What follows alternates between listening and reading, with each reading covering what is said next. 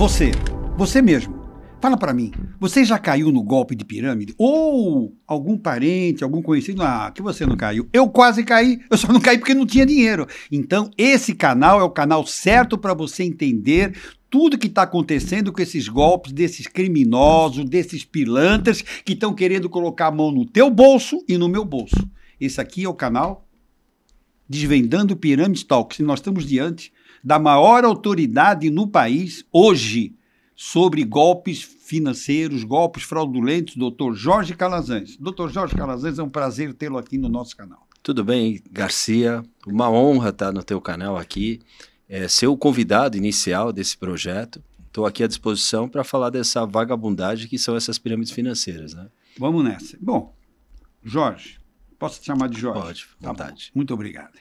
Eu fiz aqui um roteiro para mim, porque eu fiquei... para não ficar perdido, e eu sou muito sequioso, porque eu tenho visto, está acontecendo, eu tenho te visto na televisão, já te vi no Fantástico, te vi no Domingo Maior, te vi no Jornal da Record, te vi no Estadão, Cara, você é a sumidade, entendeu? Então, ninguém melhor do que você para responder essa primeira pergunta minha aqui. Olha, eu queria saber o que caracteriza uma pirâmide financeira. E como esse golpe difere dos outros? Por favor. É importante essa pergunta, porque muitas vezes tem uma confusão entre o que é uma pirâmide financeira e o que é o esquema Ponzi. Tudo virou pirâmide. Existe o esquema Ponzi, que é um golpe que foi aplicado, ele iniciou em 1920 com um vagabundo chamado Charles Ponzi. Charles Ponzi, italiano, né? Que ano? 1920. Nossa, já tinha picareta, mas vamos embora. Não, ele... em 1920 ele aplicava um golpe que a gente está aqui em 2024 e o pessoal continua caindo. Então ele dentro da sua genialidade criminosa, ele inventou um belo golpe, né? Que é o esquema Ponzi. Esse golpe ele se caracteriza por um falso investimento que se oferece um falso rendimento. Ou seja, a pessoa chega e fala, olha, eu tenho aqui um investimento que ele tem dá uma rentabilidade acima da média do mercado e o pessoal acaba se empolgando ali, né?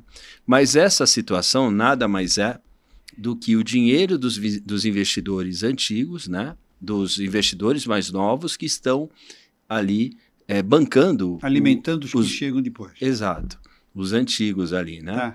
E esse golpe... ele foi, imagina, em 1920, ele já deu um prejuízo gigantesco em uma série de pessoas e hoje, em 1924, a gente chega aqui no Brasil praticamente em milhões, a gente chega em números aí de 15 milhões de vítimas de esquemas fraudulentos dessa natureza no país. Bom, isso aí é o Ponzi. O Ponzi. Agora, qual a diferença para a pirâmide? Isso que o pessoal induz muito a erro pessoal. A pirâmide financeira, não sei se você foi chamado, provavelmente foi, a grande maioria das pessoas foram para aquele negócio, olha, eu tenho uma reunião aqui, né, que eu quero que você vá, eu não posso falar para você o que é, e você, mas o que é? Não posso te falar, é segredo e lá você vai ver. E a pirâmide financeira ela tem uma característica, é de você trazer outras pessoas. Então você é chamado e aí tem aquela questão, cada pessoa que você... Pirâmide. Cada pessoa que você traz, você ganha em cima dessas pessoas. Então, você acaba tendo os níveis ali, né? Então, isso é insustentável. Então, onde tem muito erro, porque o esquema Ponzi que está popular agora, tá? As pessoas acreditam que por não ter a obrigação de chamar outras pessoas, então não é pirâmide.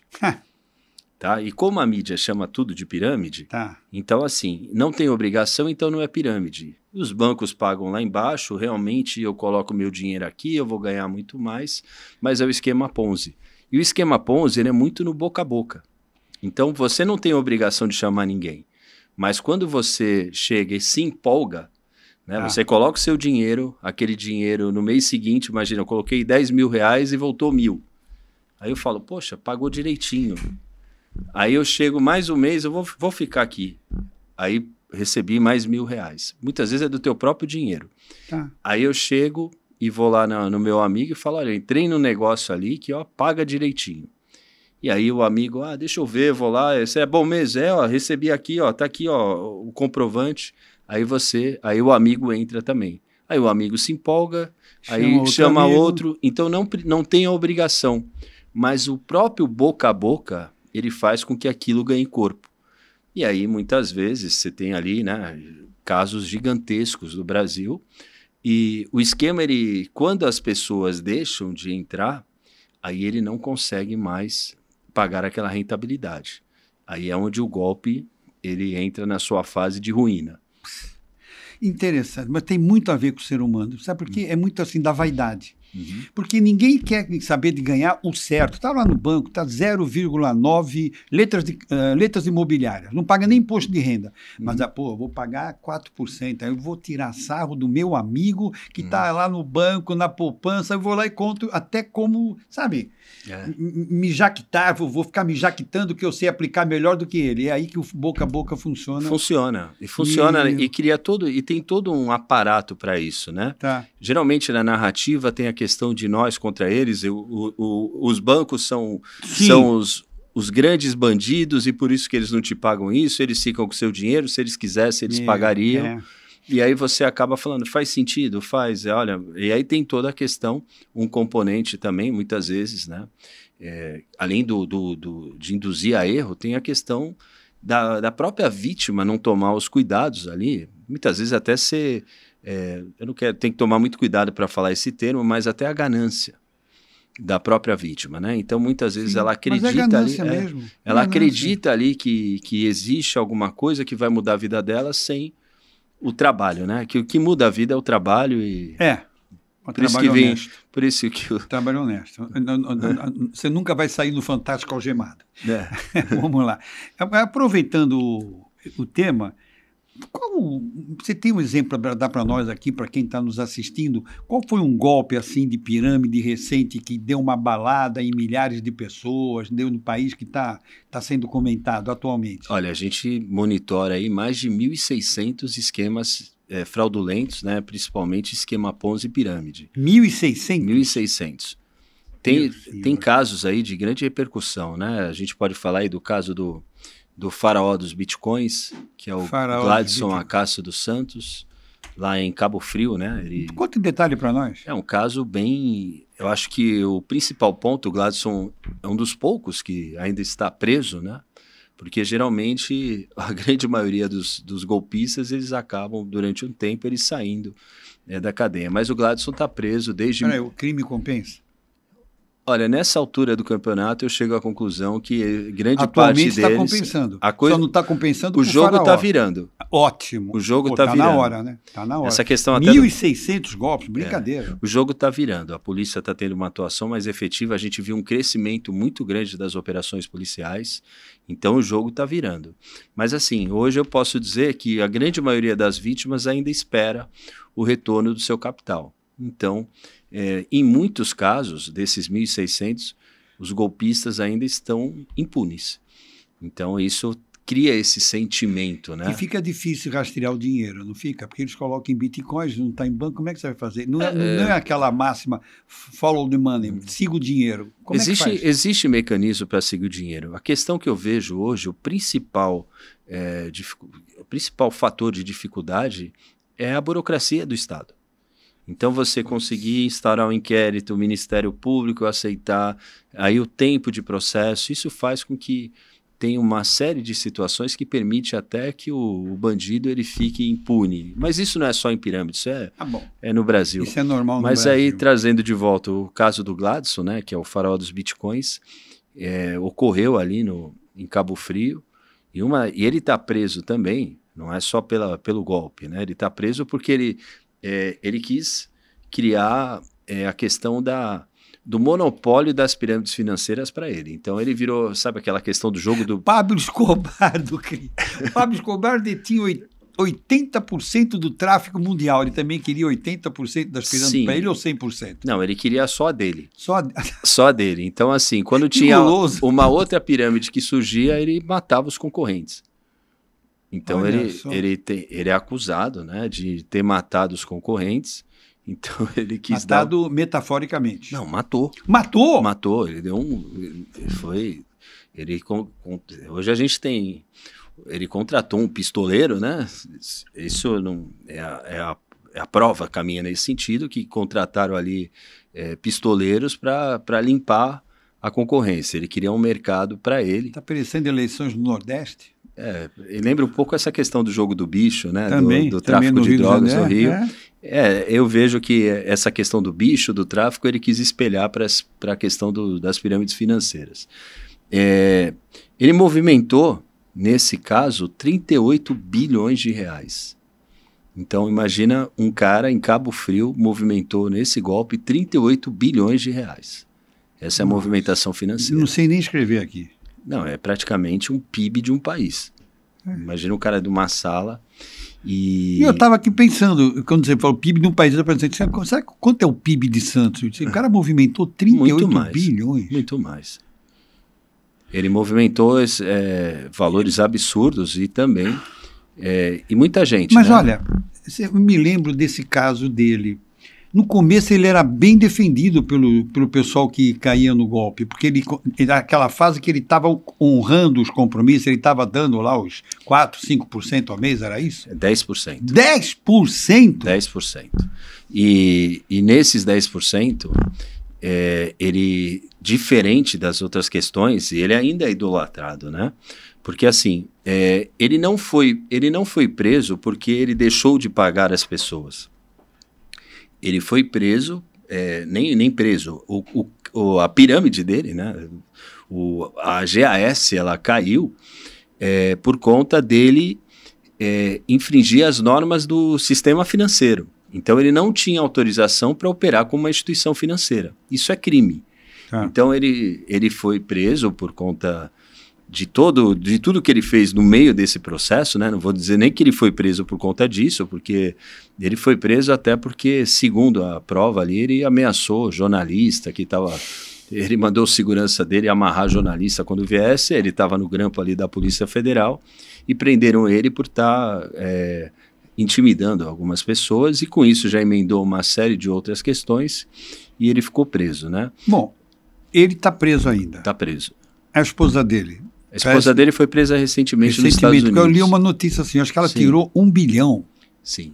Ela só isso? Só. Só movimentou só 1 bilhão. São dinheiros que a gente não consegue nem imaginar, né? Hoje eu mandei para minha filha R$150, achei muito. Ela movimentou 1 bilhão de reais. Brincadeira. Não.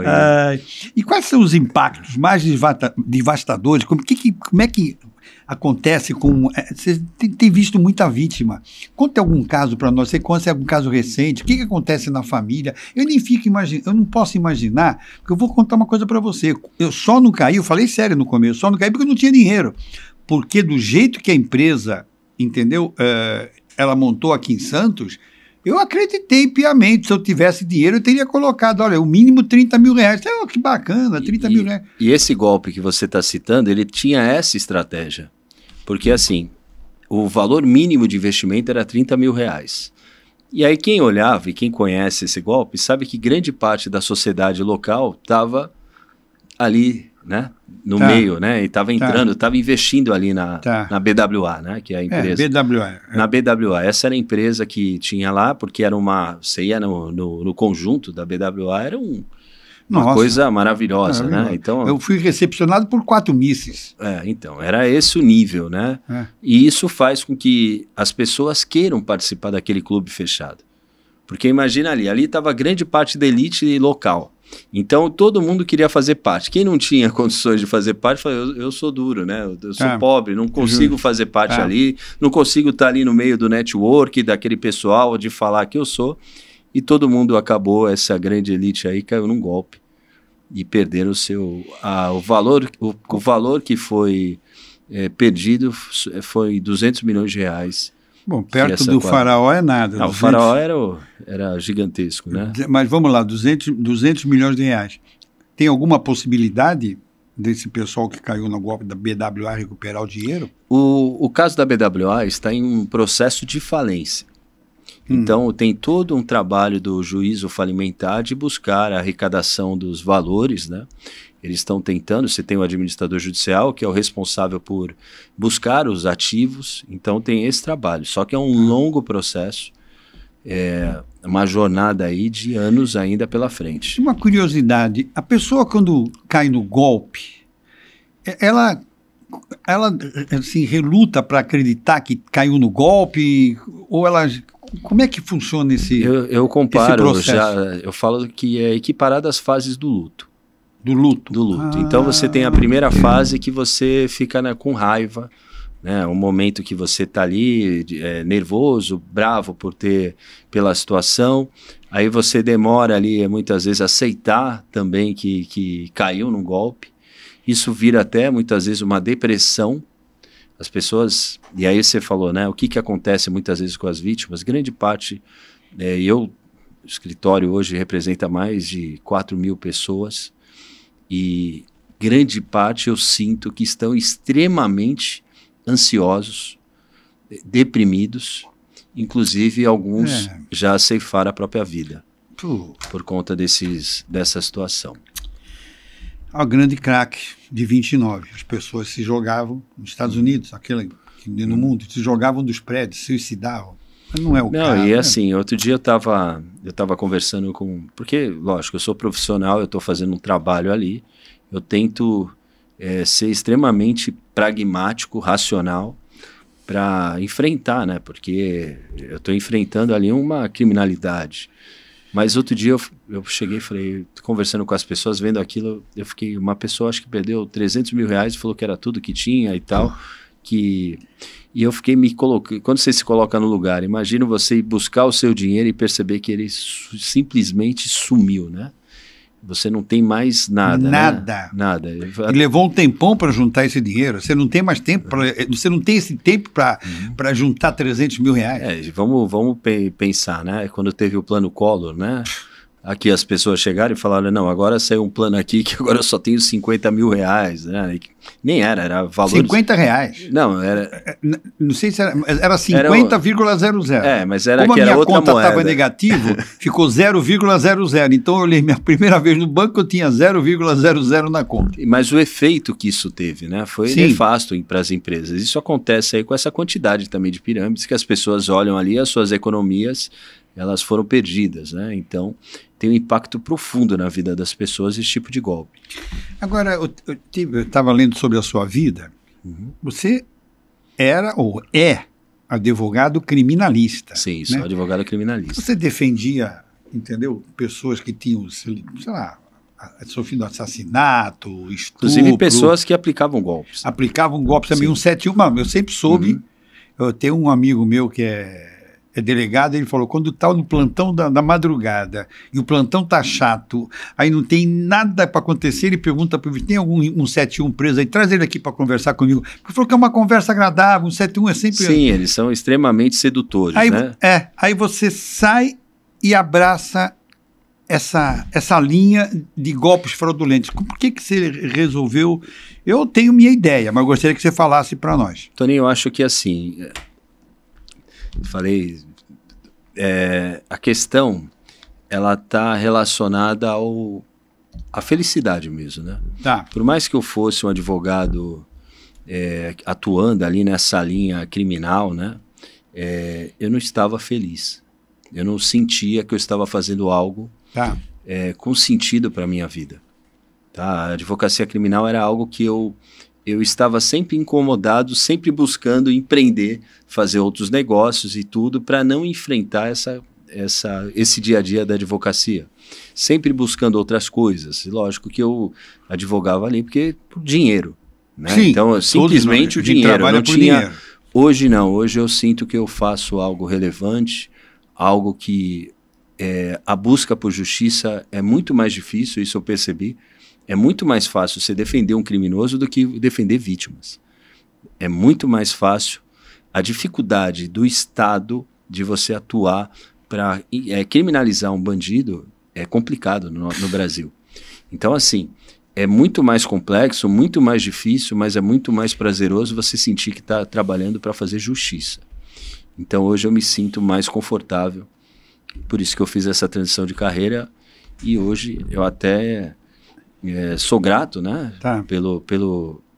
Até pelo crescimento que tivemos aí em relação à atividade por conta dessa mudança. Hoje eu advogo com propósito. Antes eu advogava só por dinheiro. Interessante, gostei dessa colocação. Você advoga por propósito. Sim. E antes era por dinheiro. Interessante, gostei. E a transição? Foi complicada? Não foi complicado. Eu acho que foi até... Eu acho que quando é para ser, né? Eu acho que num determinado momento, eu fui solicitado num caso desse, vi, né? Que os advogados, ao meu entender, né? Cada um tem a sua linha, eles estavam buscando, dentro da área civil, não criminal, um resultado que eu achava que não fazia nenhum sentido. Ou seja, como é que você vai entrar com uma ação de cobrança contra um golpista para bloquear os bens da empresa e dos sócios? Ou seja, esse golpista, a primeira coisa que ele faz é tirar tudo do nome dele. Então, você fica com... Aí a sensação... Todos fazem isso. Sim, a sensação das vítimas é aquele negócio. Olha, eu consegui ganhar ação. Tá, mas e o dinheiro? Então, para mim, não fazia nenhum tipo de sentido. Quando eu vi, por ser criminalista, eu falo, cara, né, não é por aí. Eu acho que a gente tem que ir numa linha criminal. Então, a nossa atuação, ela é na advocacia criminal. Eu sou um advogado criminalista, atuando no combate ao crime, porque são criminosos. Só que você está lidando agora com outro tipo de estuprador. Ele é um estuprador do bolso, da economia das pessoas que... Tadinha. Então, assim, são criminosos. Então, e bandido, o que preocupa é cadeia e não processo. Mas é complicado, né, doutor Jorge? Pelo seguinte, pô, você, assim, obviamente você não vai entregar o ouro agora para os teus concorrentes, mas você tem que ter uma estratégia para descobrir e rastrear esses golpistas, esses pilantras. Pô, como é que o cara pode dormir? Assim, eu vou dormir. Ele acaba, como você contou o caso, a mulher perdeu, não sei, o cliente perdeu 300, todas as economias dele, e ele deita e dorme, bate o travesseiro, não está nem aí. E está comprando um Lamborghini. Entendeu? Tá passando na Europa, tá nem aí, tá jogando em cassino o dinheiro dos outros que foram ganhos suados. Eu tenho clientes que perderam 35 milhões de reais e tenho clientes que perderam 3 mil reais e isso era o dinheiro da vida dele. Né? Tá. Então, depende do seu... Às vezes, 3 mil reais faz muito mais falta que os 35, se o cara tiver um... esse que perdeu 35, talvez para ele não faça falta. Agora, esse que perdeu 3 mil... eu vou te falar que para ele foi uma situação muito complicada, tá? Uma pessoa extremamente simples, que ele ficou até deprimido com isso. Então... Espero que esse não tenha sido um dos que ceifaram a vida. Não foi. Louvado seja Deus. Mas tem situações também de poucos valores baixos, né? Tem um cliente aí de 7 mil reais que a esposa entrou numa depressão tão grande que ela acabou falecendo, e tudo por conta da depressão dessa situação. Então são nefastos esses golpes, né? Eles acabam prejudicando muita gente, e esses bandidos, eu vejo que eles são sociopatas na sua essência. Sim, eles não têm sentimento. Sim, e conversando já com alguns, né? Que eu já tive a oportunidade de ir até em audiências, né? Eles têm o sentimento de que aqueles que ganham, como ele ajudou algumas pessoas, porque tem pessoas que entraram primeiro. No início, os que ganham no início. Então, assim, eu mudei a vida de muita gente. Ele pensa assim, tá? Ele pensa assim, tem muita gente que ganhou dinheiro nas minhas costas e tal, e para isso é um conforto. Ele não se importa muito com... E ele também, outro dia eu estava até com uma pessoa, ela falou, olha... e ninguém mandou acreditar, ele foi ganancioso. Ele pensa assim. Pensa assim. Cara, eu ofereci isso, a pessoa foi gananciosa e caiu, a culpa é minha. Eu ia perguntar para você, exatamente, você já respondeu, eu queria saber como é que ele se comporta nessas audiências. Estão nem aí, né? São low profile. Nas audiências eles continuam mentindo, né? Geralmente é aquela conversa mole, porque aí eles já sabem, quando chega no estágio da audiência criminal, aí é onde a coisa apertou. É, né? Uma atrás da outra. Aí é onde a coisa apertou. E ali eles já estão com medo, já baixam a bola.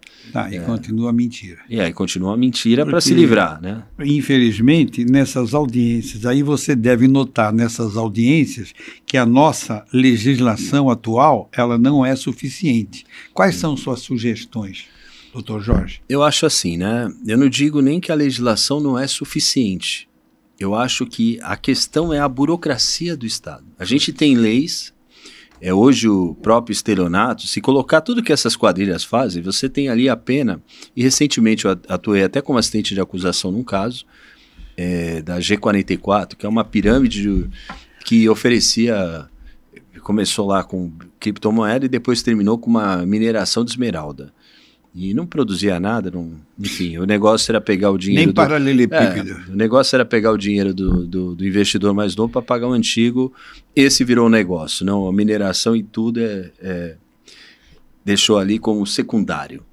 Isso, né, então a pena foi de 14 anos. O Antônio Neto da... Só um pouquinho, me dá um tempo, 14 anos. Uhum. E essa história da progressão, o que ele fica, 2 anos preso? Não, esse tempo aí, eu acredito que pelo menos vou pegar, ela vai acontecer com 1/6 da pena, né? Tá, ele teria direito à progressão, mas de fato 14 anos já dá para... Tem 14 anos, mas vamos lá, o que ele fica, 6 anos? Sim. E sai bilionário? Mas aí a gente já tem casos, que nem o caso da Brás Company, o Antônio Neto e a Fabrícia, ele foi condenado a 80 anos. Ô, Glória! Mas aí que tá, nós tem que ter um jeito de rastrear esse dinheiro, mas vamos chegar lá. Então, se essa recuperação de perdas é o próximo meu roteiro aqui, eu estou seguindo, tá? Para eu não ficar mais por fora que cotovelo esquerdo de caminhoneiro, entendeu? Vamos lá. Como é que você, Jorge, porque eu noto assim, já conversei com você várias vezes, você é um cara de um bom coração. E é interessante ser advogado criminalista, porque deve baquear para dedéu vários casos que chegam no teu colo. Como é que você faz para ajudar essas vítimas? Porque existe não só, porque no exato momento você não consegue reaver o dinheiro, mas emocionalmente, psicologicamente, você consegue dar uma ajuda? Como é que acontece? Conta para nós, por favor. É muito difícil, né? Nesse momento que a gente tem que mostrar primeiro a realidade. Tá. Ela tem que cair na realidade que ela foi vítima de um golpe. Passar por aquele processo de luto que você falou agora há pouco. Para não cair em outro golpe. Que muitas vezes tem, por exemplo, a gente tem o golpe da falsa corretora. Então, olha esse golpe, né? Como ele é complexo. Aí eles chegam e falam também que nesse é uma corretora de investimentos e você é como se vai te ensinar a investir na bolsa de valores. E ele te treina ali, fica uma pessoa falando, olha, compra aqui, vende lá e tal, e você vai ganhando segurança. Depois que você chega num determinado momento, ele fala, agora você consegue ir sozinho. E você coloca o seu dinheiro. Aí eles chegam, aquilo tudo todo esse cenário, né? Não existe os rendimentos, tudo aquilo é como se fosse um videogame. Ele está lá brincando, achando que está operando um belo teatro. Na bolsa de Chicago, na bolsa dos Estados Unidos, na bolsa de Xangai. Ele acha que está operando e ali é um programa que ele já tem todo aquele negócio, ele sempre vai ganhar e num determinado momento você perde. Aí ele chega, a pessoa cai e ele fala o seguinte, olha, o que você fez? Ele fala, eu fiz isso, você fez errado, eu não falei para você fazer, você perdeu o seu dinheiro. Aí ali já é para desconfiar. Aí o que esses bandidos eles fazem? Eles chegam e falam, mas eu vou resolver o teu problema. Você fez o seguro? Aí o cara, que seguro? Tinha no contrato que tinha que fazer um seguro? Não, eu assinei o contrato e não vi, você tinha que ter feito para garantir seu dinheiro. Então eu vou fazer o seguinte, eu vou conversar com o gerente do banco para ver se ele consegue resolver o problema. Aí a pessoa vai, fica esperando, ele fala o seguinte, eu conversei com o gerente, para devolver o teu dinheiro, ele precisa que você pague aí 10% do que foi investido. Aí a pessoa naquele desespero vai e paga. Então, ou seja, ela já caiu no golpe e eles estão se aproveitando desse desespero para pegar. Sobrou alguma coisa? Vamos tomar. Não. Então, assim, tem que trazê-la para a realidade, porque elas ficam expectativas. Entrou recentemente um caso de uma mineradora chamada Maná, que também deve produzir, se produziu ouro alguma vez, foi muito pouco, mas o dinheiro ficou ali nesse expertise que eles adquiriram de pegar o dinheiro dos mais novos para pagar os mais antigos, o tradicional esquema Ponzi. É o Ponzi. Então, você vê claramente as pessoas ainda, que o cara chega e os golpistas fazem isso, olha, tem que esperar um pouco, eu estou resolvendo, eu vou resolver, teve um ataque hacker, teve um ataque não sei o quê, teve problema na produção, teve a enchente, teve Rio Grande do Sul, eles jogam tudo para que as pessoas elas passem nesse estágio, com essa canseira aí das fases do luto, para depois chegar e desistir. Então, assim, eu trago as pessoas para a realidade, mostro o que aconteceu, Ou seja, aqui é o golpe, o golpe aconteceu, reconheça, e agora, se você vier entrar numa briga para buscar o seu capital, primeiro, não existe nada garantido, tá? É uma construção. Segundo, é uma longa jornada. Porque senão a pessoa ela vai ficar todo dia, e aí, doutor? Meu dinheiro vai sair? Conseguiu? E tal, e fica nessa ansiedade e vai te levando, e aí quem tem que cuidar da saúde emocional sou eu. É você. Verdade. Bom, tem algum caso atualmente de sucesso que está tendo uma oportunidade, uma luz no fim do túnel, que pessoas que caíram no golpe vão conseguir reaver o dinheiro? Eu acho assim, quando se fala em reaver dinheiro, a gente tem que ter 3 fatores que determinam essa restituição. Primeiro, valores apreendidos. Então, quando a polícia faz um trabalho e apreende valores, esse é um fator importante. Vou dizer que é 50% de importância, e esse é bem pesado.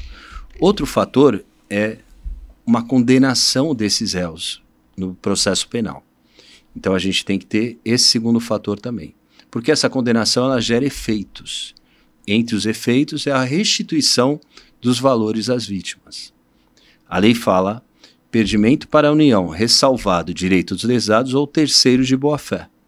Então a gente tem o dinheiro apreendido e aí você tem o processo penal que corre e o juiz determina esses efeitos na condenação, que é o direito dos lesados e terceiros de boa-fé. E o terceiro fator é exatamente a vítima ela entrar em juízo e demonstrar que ela foi lesada. Então, tem que ter esses 3 fatores. Aí você me pergunta, voltando à pergunta, existem casos que eles caminham para o sucesso?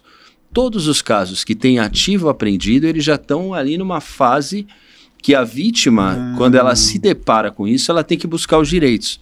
A grande confusão que as vítimas fazem, muitas vezes, é o seguinte, mas ninguém recebeu. Lógico que não. Você só tem o dinheiro apreendido. Já tem a decisão no processo penal? Ainda não. Então, não vai liberar o dinheiro. O juiz não pode, no processo penal, liberar o dinheiro antes do final do processo. Então, pelo que eu entendi, a pessoa que caiu no golpe, ela rapidamente tem que procurar o Dr. Jorge Calazans, entendeu? Para entrar no processo. Se for devolvido o dinheiro, ela nem entrou no processo, o dinheiro dela não vai ela ver. Tem que ir paralelamente a todo o trabalho. Eu vou dizer que essa primeira linha, onde a gente está falando dos 2 fatores, apreensão e efeitos de condenação, isso aqui é uma linha criminal. Isso é papel da polícia, do Ministério Público, e logicamente eu acabo entrando ali como assistente de acusação nessa fase para contribuir com o Ministério Público para que se tenha condenação. Eu estou ali representando as vítimas. Então a condenação é extremamente importante. Aí você fala da atuação do advogado criminalista, eu como advogado criminalista atuo como assistente de acusação. E paralelo a toda essa jornada, que é longa, não é no curto prazo. Eu digo aqui, uma investigação ela vai demorar 2 anos, no mínimo. Aí em São Paulo aqui a gente está demorando 4. Porque ali na investigação, no final dela, geralmente é onde tem a apreensão de dinheiro, onde tem toda a questão do laboratório de lavagem de dinheiro, onde se vê, você tinha falado do follow the money, então onde você consegue identificar para onde foi o dinheiro, quem se beneficiou desse dinheiro. Então isso daqui está demorando uns 4 anos aqui no estado de São Paulo para ser concluído. Você tem um processo penal que são mais 4 anos, estão falando de 8. 8 anos. Só que, em paralelo, o direito da vítima, você já tem que estar buscando. Porque se no final dos 8 anos tiver dinheiro apreendido e o juiz determinar que vai devolver, aí a vítima não entrou. Não entrou, dançou. E esse prazo para entrar, para garantir o direito, ele decai também. Se ela não entrou no tempo oportuno, ela vai perder esse direito. Também tem isso. Tem isso. A gente tem entendimento de 3, tem entendimento de 5, depende da linha que se usa, mas ele tem um prazo para entrar. Se ele não entra, ele perde o direito. Eu formulei uma pergunta aqui que eu até acho meio difícil responder, mas porque é muito ampla, mas eu fiquei curioso de saber se existe alguma medida preventiva que as pessoas podem ter para não cair nesse golpe. Eu fiquei imaginando assim, se começar a prometer rendimento de 3%, 4%, já cai fora, porque já é golpe. Isso aí já é um alarme, já é um sinal. Tem mais alguma coisa, doutor Jorge? Essa é uma análise até lógica, né? Você não pode oferecer um rendimento fixo em alguma coisa que é invariável. Então, assim, que nem ofereça um rendimento fixo em criptomoeda. O Bitcoin começou 0 e hoje está 400 mil. Brincadeira. Aí cai para 100. E aí a pessoa fala, não, mas eu te garanto tanto. Então, assim, é variável com fixo, já é um primeiro fator. Outra questão que é extremamente importante são as pessoas, elas olharem se esta empresa que está oferecendo investimento, se ela tem autorização do órgão regulador, que é a Comissão de Valores Imobiliários. Se não tiver autorização da CVM, é uma empresa clandestina de investimento. Tá. E aí a gente volta na questão do farol dos bitcoins. Tá. Não é que ele foi... A empresa, a Polícia Federal agiu no caso dele por ele estar ali, por ele ter deixado de pagar as pessoas ou coisa do tipo. A Polícia Federal agiu porque ele era uma empresa clandestina de investimento. Al Capone foi preso por não pagar impostos, não pelos crimes que ele cometeu. Exatamente. Então, ali, essa questão é, se você não tem autorização, você já está cometendo crime.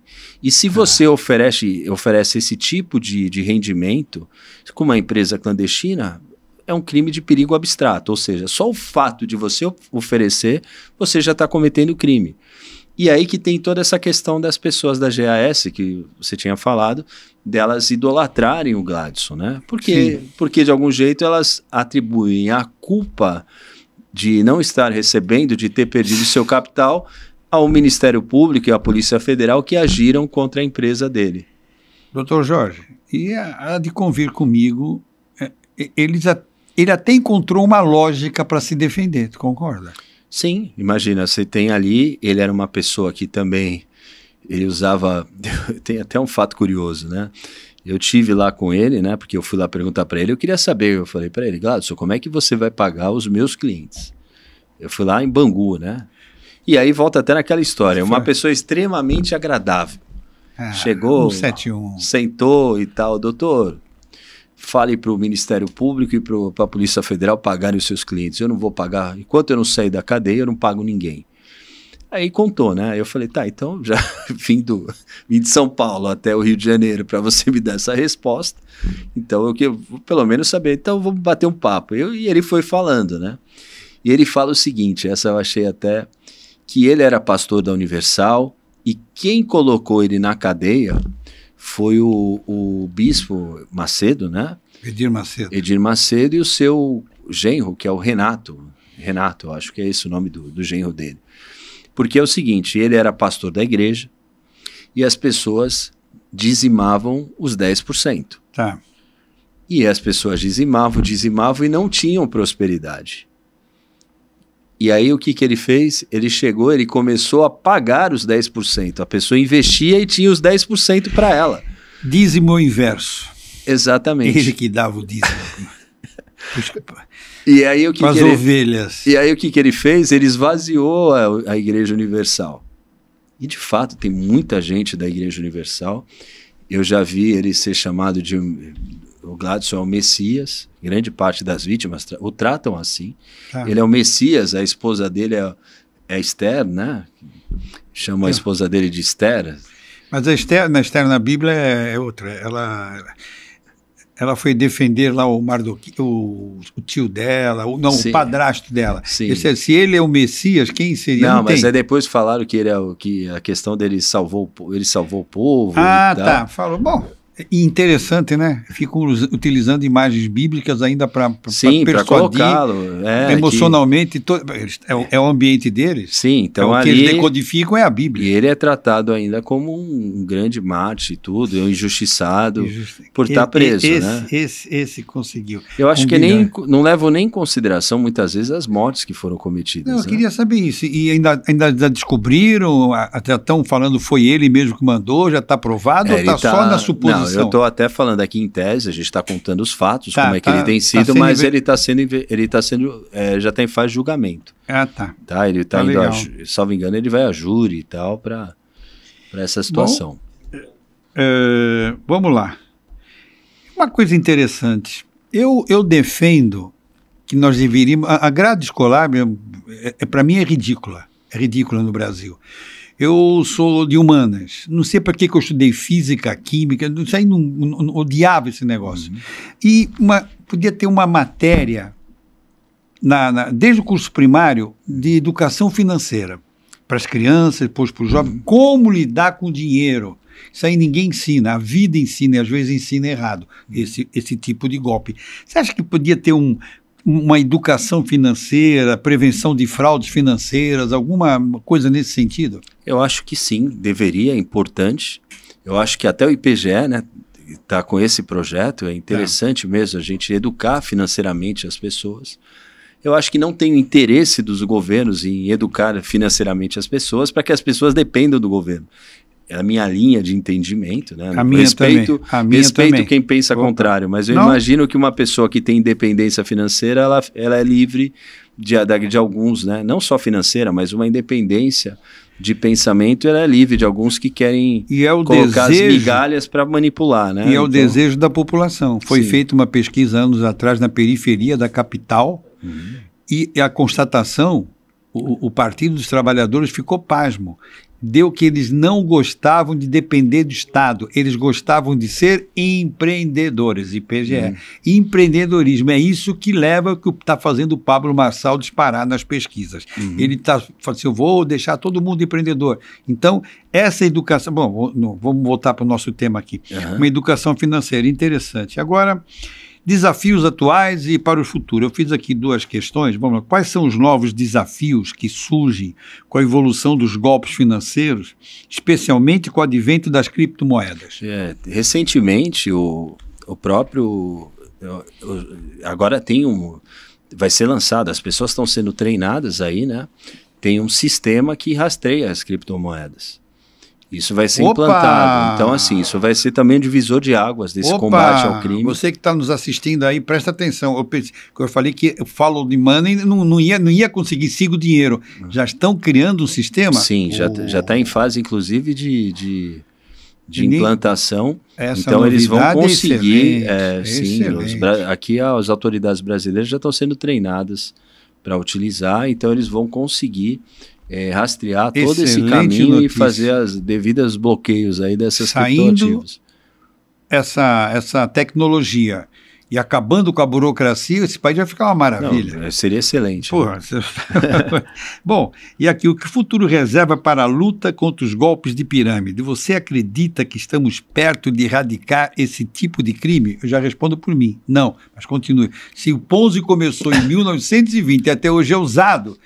O golpe é de 100 anos. Agora, uma das coisas que eu vi, né? A gente teve a fase de criptomoeda. Então, aqui um alerta, né? Para quem... A questão agora vai estar relacionada à energia. Estão surgindo golpes utilizando que você vai investir em energia. Tem toda uma questão de energia solar, energia eólica. Então, existem fazendas que eu conheço, de energia para economizar de energia. Os golpistas já estão se apropriando disso. Mas que mente criativa para golpe. Quer dizer que agora é sobre isso, energia. Energia. Agora é a próxima bolha aí, né? Vão entrar na energia. E outra coisa que a gente tem visto bastante, está relacionado, não vou dizer que na mesma seara, embora a gente tenha casos que envolveu investimento, são algumas bets, né? Isso está sendo Isso aí está demais. Isso aí está demais. Isso está criando não vou dizer nem... que é o mesmo formato, e não é, mas de algum jeito, aquilo que as pessoas faziam de forma imprudente, apostando dinheiro numa pirâmide financeira, estão apostando dinheiro e perdendo muito dinheiro em aposta, né? Então tem um estudo que isso tem dado um prejuízo muito grande na população. Que é aquela história de ganhar o dinheiro fácil. Ninguém quer ganhar dinheiro suando, porque está ficando muito difícil, doutor. Sabe por quê? Eu recebo vários e-mails, não abro um. Polícia Federal, atrás de mim a Polícia Federal. Currículo de uma diretora de arte fantástica, não sei o quê. Clique só ali para ver... Eu, hein? Quem sou eu? Não sou o Lockstrot, eu não sou essa anta que eu aparento ser. Eu juro que eu não sou. Aí tem correio, tem uma mercadoria, já paga para eu só buscar no correio. Clica aqui para saber qual é. Então, você não respira, você tem medo de fazer qualquer coisinha. Pô, chupa-cabra. Eu fui vítima de chupa-cabra, entendeu? Eu tinha um cartão de débito, minha filha usa o Uber em São Paulo. Eu vi que ela estava usando muito o Uber. Falei, pô, Giovana não para. E o São Paulo, no Uber não é 10, 15 reais, é 36, 50. Aí um dia eu mandei para ela, falei, escuta, filha, maneira. Ela, você gastou tanto. Ela, não, pai, eu só gastei tanto. O tanto dela não quero falar, já é alto. E ela me mandou o print. E tinha um monte por fora. Eu falei, pô, eu vou cancelar. Eu acho que eu usei o cartão de débito em algum lugar e a pessoa pegou meu... Aí quando eu estava indo ao banco, apareceu lá o corte de um cabelo, esse barbeiro chique para Dedéu. Primeiro motivo, motivos óbvios, né? Uhum. Eu não preciso ir um barbeiro chique para cortar o cabelo. Eu digo a mesma. Eu aparo a grama. Eu falo para minha mulher, eu vou aparar a grama. O cara, eu até negocio com o barbeiro. Pô, você não tem trabalho nenhum. Você já acabou isso daí, muito bem. E eu falei, isso está dando muito problema, então está difícil. A tecnologia veio para o bem, mas veio muito para o mal também, né? Sim. Impressionante. Agora eu vou pedir para você tomar um gole de água, que é a última parte. Eu vou pedir para você, Dr. Jorge, dar uma mensagem para as vítimas que ainda estão lutando para superar as perdas financeiras e emocionais, entendeu? E emendando, você pode... O que te motiva ainda a continuar essa luta que eu vejo, eu percebo nas suas reportagens que eu assisto, que eu leio, é incansável. Eu fico imaginando, poxa, eu vou assistir o Cidade Alerta, é golpe atrás de golpe, mas só naquele momento. Falei, esse rapaz, esse homem aí, é o dia inteiro. Ele acorda, tem que respirar golpe, vai dormir pensando em golpe. Então, por favor, já tomou sua água? Já. Tomou. Dá uma mensagem pessoal para esse pessoal que... Eu acho assim, que o que fez essas pessoas terem dinheiro foi o trabalho, tá? Então, assim, elas trabalharam e conseguiram conquistar o capital que elas acabaram perdendo em algo que não foi o que fez elas chegarem até aqui. Então, assim, não mude a fórmula, tá? Então, o que vai fazer essas pessoas reconquistarem o dinheiro de volta, além, logicamente, de todo o trabalho que a gente está fazendo, mas no momento é voltar, não mudar a fórmula. Faça aquilo que te trouxe até aqui. Não tem atalho, trabalho. O trabalho é o atalho, né? E essas pessoas trabalhando, elas vão conquistar novamente aquilo que elas tiveram esse prejuízo, né? Muitas vezes eu tenho visto algumas sendo induzidas a colocarem o dinheiro, você perdeu aqui, então tem um novo caso surgindo, até eu vi lá em Cabo Frio mesmo, né? Estão falando agora que tem uma pirâmide de galo. Então todas aquelas pessoas que perderam o dinheiro na GAS estavam sendo induzidas a colocar também o dinheiro que estão reconquistando ou que sobrou em outros casos. Então não é pirâmide financeira que vai te fazer conquistar uma prosperidade, né? O que vai fazer é o trabalho mesmo. É o trabalho. Não tem. E tudo passa, né? Tá. Eu sei que muitas estão angustiadas e tudo, mas assim, é aceitar e seguir. Tá legal. Bom, Dr. Jorge Calazans, foi uma honra, um prazer tê-lo aqui no nosso programa. Você que está nos assistindo, acompanhe o nosso canal, porque nós vamos trazer psicólogos para falar para ensinar as pessoas como superar essa fase emocional. Nós vamos trazer casos, e eu vou tentar trazer o Madison. Você lembra do Madison, lá no Santos Futebol Clube? É um caso também, sabe, porque talvez não, tenho certeza que as pessoas podem se identificar em determinados momentos com esses casos reais que nós vamos trazer aqui no nosso canal, como elas superaram, como estão superando, e vai ensinar você. Não, talvez você não tenha caído no golpe. Tudo bem, mas aposto que você conhece alguém que caiu. Fala para ele do nosso canal, fala para acompanhar, tá bom? Doutor Jorge. Obrigado, Toninho, obrigado pelo convite. Tenho a intimidade de chamá-lo de Toninho, porque a amizade é de longa data. Tá. Mas muito obrigado e parabéns aí pelo projeto. Muito obrigado, tá? Até logo.